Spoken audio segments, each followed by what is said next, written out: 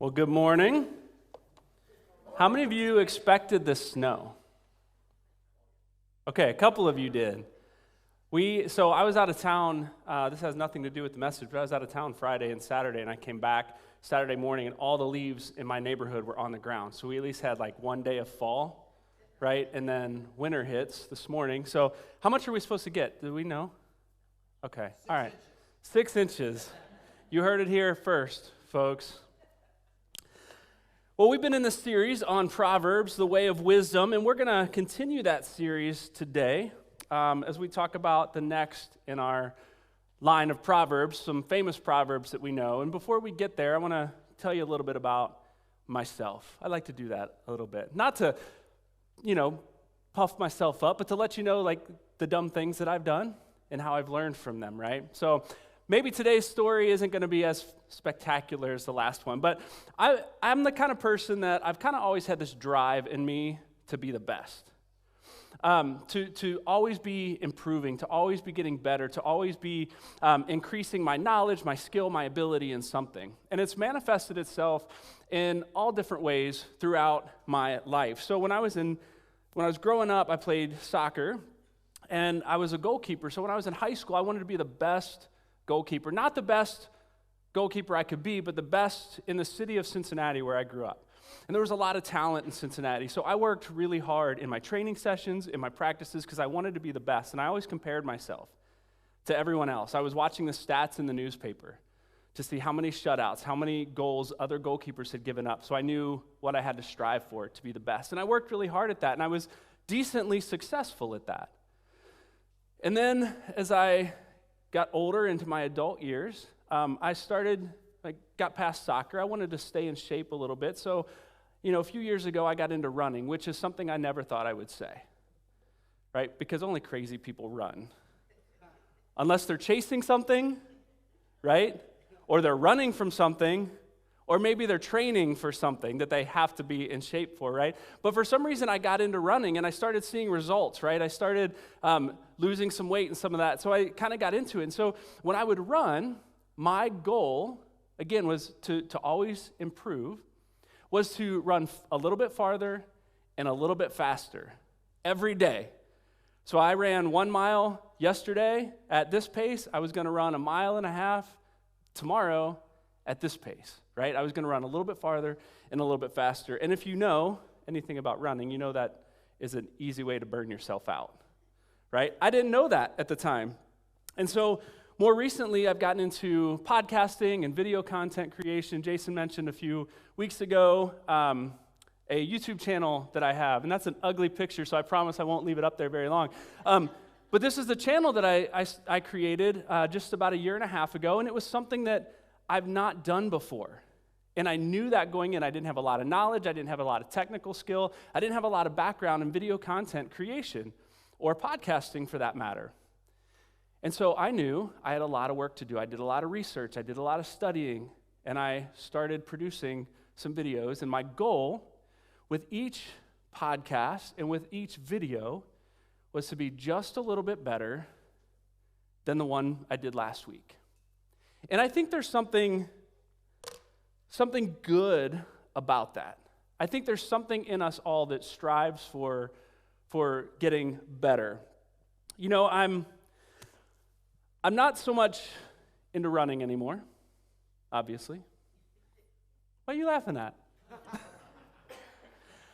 I don't play soccer as much anymore. I am into the video content creation, but again, the things that I do in my life, I want to get better at. Maybe you're not into those same things. Maybe you weren't an athlete. Maybe you are like me and you think running is for crazy people. Maybe there's other things in your life, though, that you want to be the best at, but maybe it's not even about being the best. I think there's something in all of us that wants to be better. Maybe you can relate to that. I want to be a better husband. I want to be a better parent. I want to be a better employee. I want to be a better boss. I want to be a better friend. I want to get better at this skill. I want to get better at that skill. Like, we all have this drive in us, I think, to improve. Maybe you want to be a better driver. And maybe if you don't, maybe look at your spouse and go, should I be a better driver? I feel that way sometimes, right? And it's natural, I think, to want to be better. And that's why the self-help industry is so big. Anybody, you don't have to confess right now, but you read a book, you watched a video, you talked to someone, you attended a seminar, and it was about how to improve, how to get better, like this self-help stuff. Now, I know this started long before I was in high school, but I remember this industry really booming in the 90s. When guys like Tony Robbins started coming on the scene, you know that name, we'll talk about him in a second, wrote his first book, started putting out all these conferences and these classes, and this industry just started booming. And right now, the self-help industry, the self-improvement industry is an $11 billion a year industry. And it makes sense, right? Because we want to be better people. We want to improve, and we want to find a way to do that. So this guy that I just mentioned, Tony Robbins, maybe you don't know the name, you recognize the face, himself is worth $600 million because of the products he puts out, the books that he writes, the courses he leads, and if you ever wanted to bring him in to speak, it's going to cost you over $300,000 per speech, not per weekend, per speech that he gives. We all love self-help, and the industry continues to grow, but if you notice the irony in this whole thing, we want to get better, we want to be the best, we want to improve, we want to sharpen our skills, we want to sharpen our abilities, we want to become better people, and we want to do it ourselves, but there's an entire industry that's built on the premise that you can't do it yourself. So we have to tell you how to do it. Does that make sense? We can't do this ourselves, so there's a whole $11 billion a year industry to tell us how we can do it. You can do it, you can do it, you can do it, but you know what? This really isn't going to work, so I'm going to write another book and tell you a different way to do it. And then I'm going to teach another course to tell you a different way to do it. We understand this. So we have this dilemma, right? Here's the tension in this whole thing, is we want to be better. We want to get better. We want to improve, but we can't do it alone. It's not about self. It's not about me improving myself. So you know what the answer is? Anybody? What's that? Yeah? What's the answer? People. Okay, no one said Jesus, right? Jesus was always the answer in Sunday school. We've grown up. Didn't matter what the question was, right? Jesus was always the answer. So we've grown up from that, right? So the answer we find in the book of Proverbs, actually. We get to the book of Proverbs and we learn about relationships. We learn about people. And we learn about, yes, Jesus is the answer ultimately, but Jesus created a way for us to grow, for us to improve, for us to look more and more like him in our lives. See, this isn't about just the skills we can develop. This isn't just about being better people. This is about being more like Jesus ultimately. And he provided a way for us to be able to do that. And so we're going to look at our next proverb today, which comes from Proverbs Chapter 27. And it's one of those passages that you're probably very familiar with if you grew up in church at all. If you attended Sunday school, you've come to church a couple times as an adult, you've probably heard this passage because it's not just a church passage. It's actually, I did a quick search on 3 words in this passage. It's a very famous phrase. I did a quick YouTube search yesterday on just these 3 words, and the top 3 videos that popped up were a sermon, makes sense, an advertisement for the University of Tennessee Athletics, and a motivational speech. So this isn't just about a church thing. This is a principle that applies, I think, across every aspect and every area of our lives. And it comes from Proverbs chapter 27, verse 17. As iron sharpens iron, so one person sharpens another. As iron sharpens iron, so one person sharpens another. So one could argue that according to this verse, that sharpening one another is about improvement, is about getting better, right? We talk about sharpening our sight, like we want to sharpen our sight, we want to see better. We talk about sharpening our skills, we get better at something. We talk about sharpening our awareness, sharpening our craft, sharpening our aim. Like all those things are about getting better at something. And so this verse indicates that if we are to get better, it's because of the people in our lives. So one person sharpens another. Now, I was reading in some commentaries this week as I was preparing for this that some people actually take this, I've never heard it this way, but some people actually take this as a negative thing. Because we talk about a sharp tongue, a sharp look. That through relationships, bad relationships cause us to be worse people. And I guess you could take it that way, but the context of the rest of this passage in Proverbs 27 talks about how we can get better. So it talks about verses 14, 15, and 16 just before this, talk about bad relationships, right?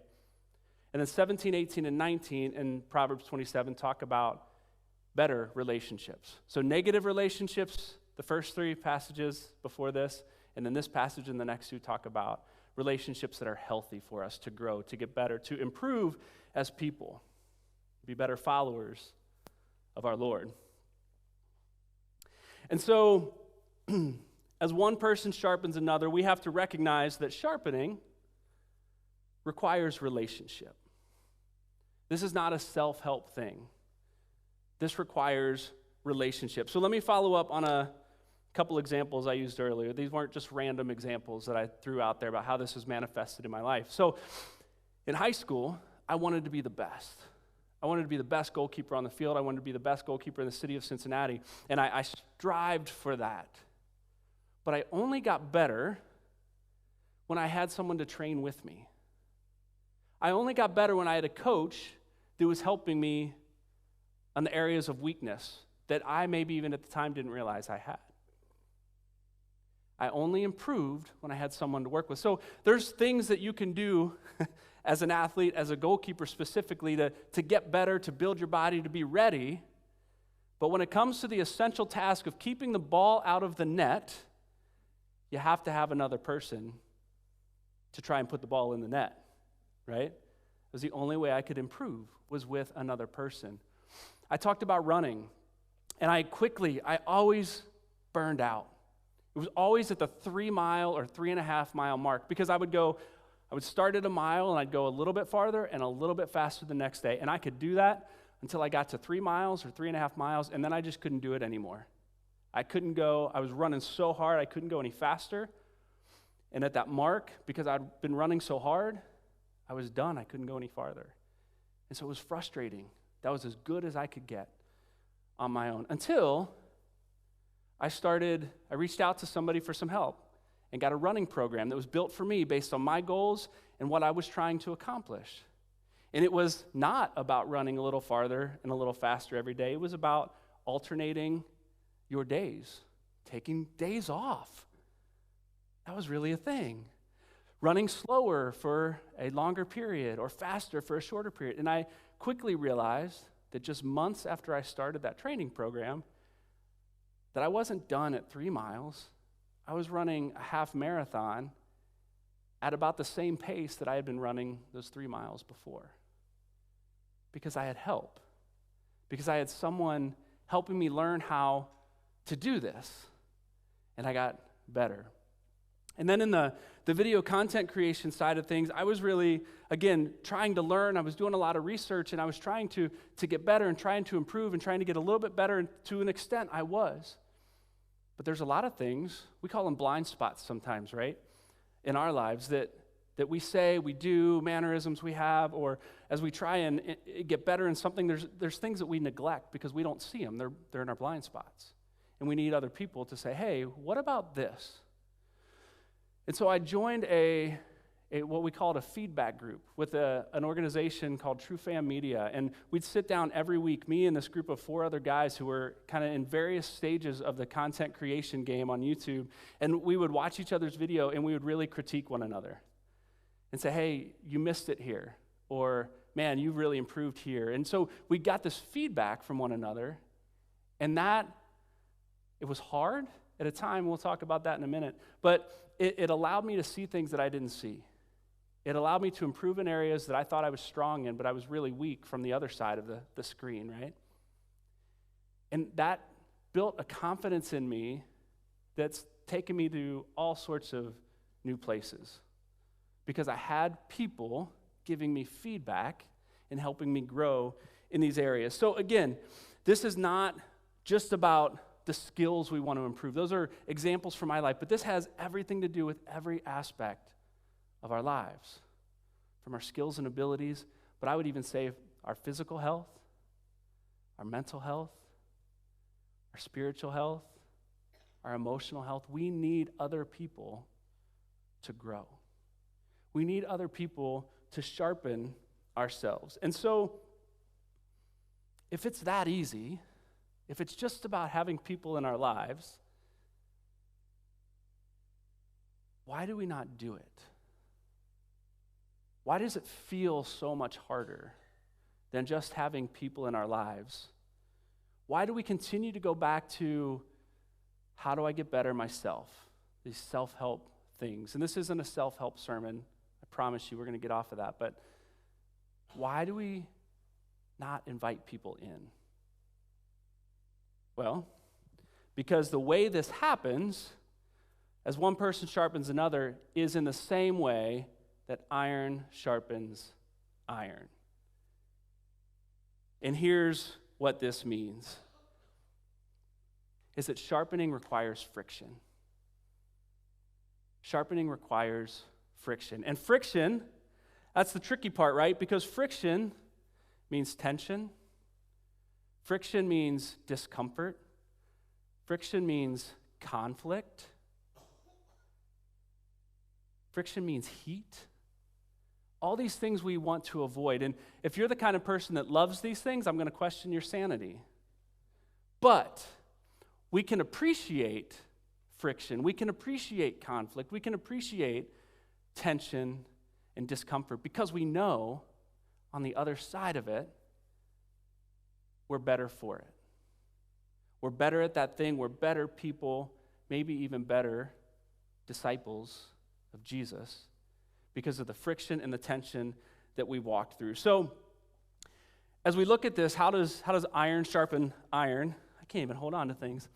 As we look at how iron sharpens iron, there's two ways that people have interpreted this passage. As they look to ancient Israel, this was written by Solomon, right? So what was going on? What was the technology, the iron-working blacksmith technology in ancient Israel? And there's two ways that people talk about this. And I don't know the answer, but I do think both ways give us good examples for how we can apply this verse in our lives. So the first way is kind of what you see here. It's kind of a dark picture, but you kind of get the idea. It's a blacksmith working a piece of iron into a tool.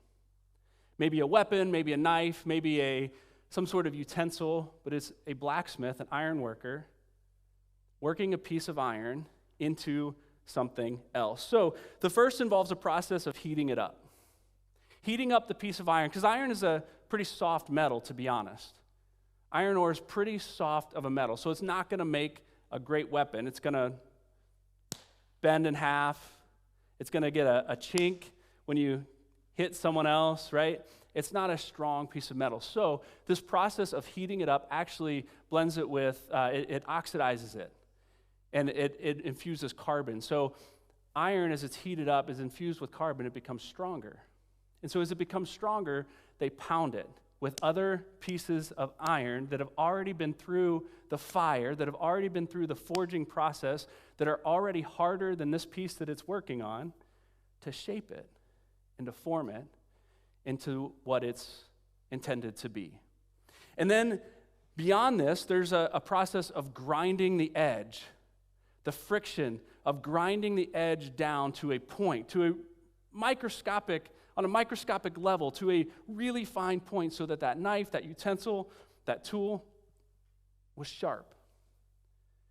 There's a lot of friction, there's a lot of heat, and there's a lot of force involved in this way of sharpening iron. So, there is something that we can learn, I think, from this process of sharpening a piece of iron.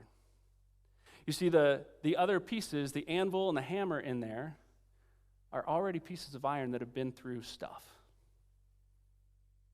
They've been through the fire.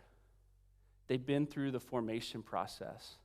They've been through the oxidation process, and they're stronger for it. And now they have something to offer the piece of iron that it's shaping. We might look to this as maybe a mentoring or a coaching type of relationship. Someone who's a little bit older, someone who's a little bit farther along on the journey, who's been through some stuff. And this isn't necessarily all hard stuff and bad stuff, but have just experienced life a little bit more. And we can pour into those younger than us, a little bit behind us on the journey, to share our experience for their benefit. So as I was listening to something this week, I heard a definition of mentoring that was, mentoring is about one's hindsight becoming another person's foresight. One's hindsight becoming another person's foresight. And this is the type of sharpening we're talking about in this instance. I've been blessed in my life to have a lot of mentors, a lot of coaches who have helped pour into me and shape me.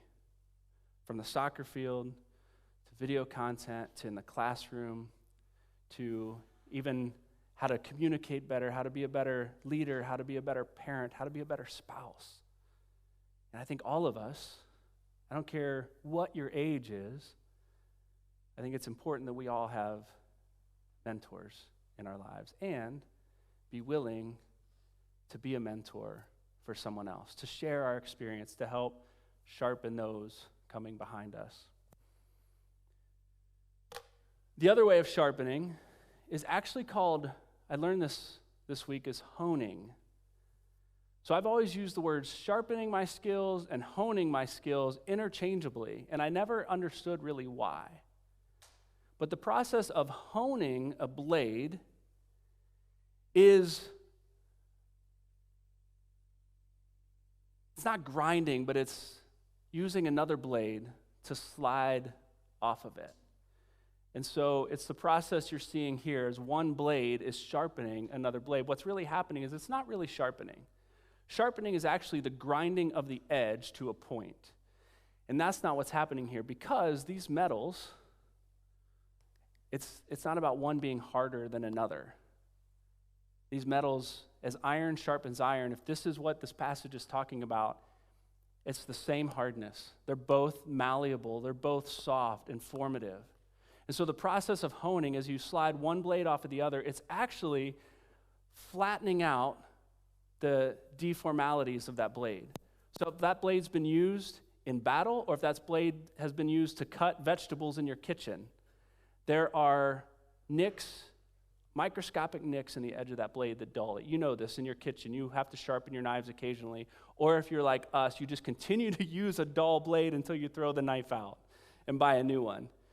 If I were to understand this a few years ago, it would have saved us some money. But the process of honing, sliding one blade off of another blade, is smoothing out those rough edges, bringing it back to the point that it was intended to have. And so if that's what this passage is talking about, this is more of a peer-to-peer type of relationship that can help us sharpen one another. And this, in fact, is a mutually beneficial process. Because when these blades engage in this type of friction, in this type of process, they're both being sharpened. They're both being honed in this process. But, and I carry this with me, I don't know why, all the time. Almost got me into trouble Friday as I was going into the soccer game. I had to run it back to the car. Anyway, that's not going to sit there and sharpen itself. It requires another blade or another tool to sharpen it. So there's always friction, is what I'm saying. There's always friction. There's always a process of two things coming together to help that get better. And it's the same for us. So these aren't relationships that just happen. These are intentional relationships that we have to pursue. We have to ask our friends, maybe it's a neighbor, maybe it's a family member, hey, I need your help with whatever it happens to be in your life. I need your help. I need your help. And in that process, we sharpen one another. We both get better. So, in these relationships, this type of friction, this type of conflict, this type of tension that's required, we have to know that going in. Like, I'm the kind of person that tries to avoid conflict as much as possible. But it's actually the way we were designed for community, for relationship, and for growth. So it's not just in Proverbs 27:17 that this concept shows up, right? Back in the beginning in Genesis, when man was created, the Lord said, it's not good for man to be alone. Knowing that real soon, those two individuals were going to face some conflict. But they were going to have each other, and they were going to be better for it as they walked through it together. We read about it in Proverbs. We read about it in the story of David as he meets Jonathan. And Jonathan was a friend who was closer than a brother, and he talks about this relationship that helped him grow, that helped him get better as a man, get better as a leader. It's all through the Old Testament. Joshua had Moses as a mentor, but Moses had Jethro, who helped him grow as a leader. We see it all throughout the Old Testament, and then we get to the New Testament. And we hear Jesus in John 15. We talked about this weeks ago as we talked about abiding in this three-story relationship. In that abiding passage in John 15, Jesus says, every branch in me that does not bear fruit will be cut off. But every branch that does bear fruit will be pruned so that it will bear more fruit.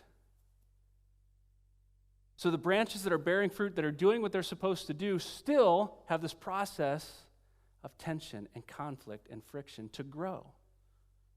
We need this. It's the way it's designed. And in fact, one of our favorite passages in the church that we like to talk about as we gather comes from Matthew 18, where Jesus says, where two or three are gathered in my name, there I am among them.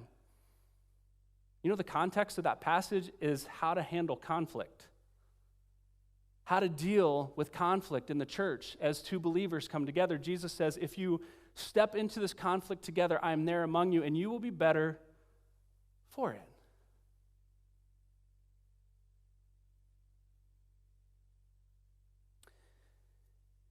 And the thing I think about as I consider this friction, this tension, this conflict, is that we have to know that going in and not be afraid of it. Because that's the way we were designed to get better.